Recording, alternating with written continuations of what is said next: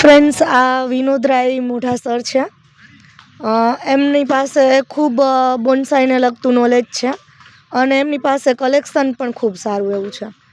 તો આજે હું તમને એમની સાથે વિઝિટ કરાવું છું અને એ પોતે પણ પોતાના નોલેજનું થોડું ઘણું જ્ઞાન આપને આપશે અને પોતાનું કલેક્શન પણ બતાવશે. તો આપણે ચાલો એમની સાથે વિઝિટ કરીએ.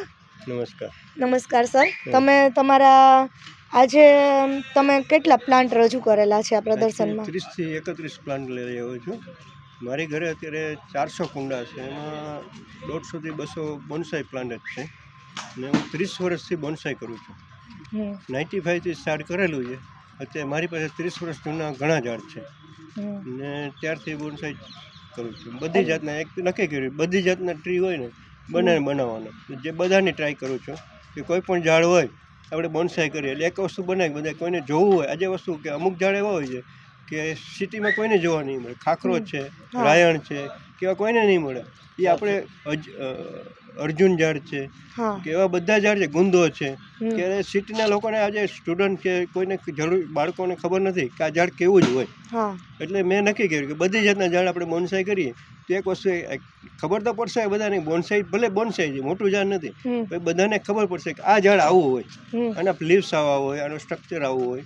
એટલે એ રીતે બધા પ્લાન્ટના બોન્સાઈ કર્યું. બધા મોટા વૃક્ષ તો જોઈ શકતા નથી પણ આને લીધે નેચર સાથે કનેક્ટ થાય. બીજું મારી પાસે જેટ પ્લાન્ટ જે વેલ છે એની આપણે સ્ટાઇલ ઘણા અલગ સ્ટાઇલમાં જેટ પ્લાન્ટ ઘણા બનાવ્યા છે. સર, તમે ખુદ બધા પ્લાન્ટ વિશે માહિતી આપો. કઈ કયા સ્ટાઇલના ને એના પ્લાન્ટના નામ વિશે માહિતી આપો. આ સાયકસ પામ છે, એ પણ 25 વર્ષ જૂનું છે. આટલા બોન્સાઈના કલેક્શન અમે જોયા પ્રદર્શનમાં, પણ સાયકસ તમારે એક પાસે જ છે અને એ પણ ખૂબ સારી રીતે છે. આના કરતાં બીજું અત્યારે મેં એવું કર્યું, ઉપરનું સ્ટ્રક્ચર કાપી ને એને બ્રાન્ચીસ સ્ટ્રક્ચર, આમાં બ્રાન્ચ નથી થતી, સીધું જ સ્ટ્રક્ચર બને. મારી પાસે બ્રાન્ચીસ સ્વરૂપે બનાવવાની ટ્રાય કરી છે ને હું સક્સેસ થઈ ગયો. ખૂબ સારું કહેવાય. સર, આ કેટલા વર્ષ જૂનું છે? આ 25 વર્ષ જૂનું. બહુ સરસ રીતે ડેવલપ કરેલું છે.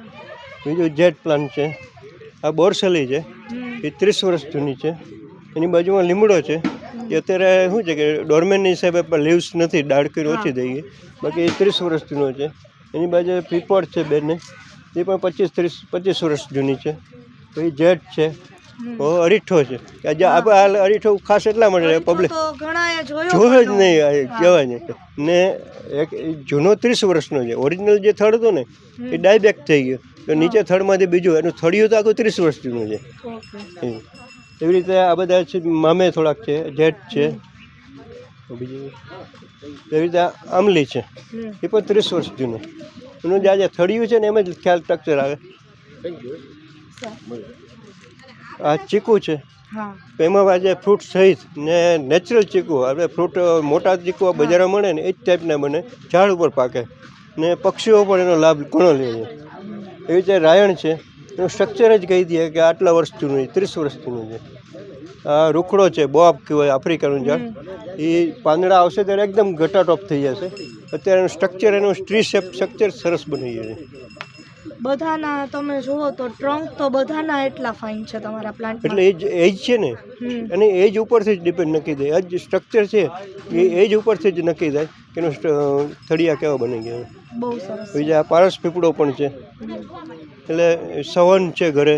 બધી જાતના ઝાડ આપણે રાખ્યા છે, બીજાને જોવા ન મળતા હોય એ બધા. સર, તમારી પાસે ઘરે કેટલા પ્લાન્ટનું કલેક્શન છે? ટોટલ 400 પોટ છે, એમાં બોન્સાઈના 250 જેટલા થશે. બીજો ડેકોરેટિવ પ્લાન્ટ એ બધા છે ને ટેરેરિયમ પણ બનાવવું છે, એ પણ આજે 1 વર્ષ છે, સરસ બની ગયું છે. સર, તમારી ઘરે પણ ક્યારેક અમારા વ્યુઅર્સના ચોક્કસ બધાને બતાવજો, ગમે ત્યારે આવી શકે. ઓકે, થેન્ક યુ સર, તમારી માહિતી અમારા વ્યુઅર્સને આપવા બદલ.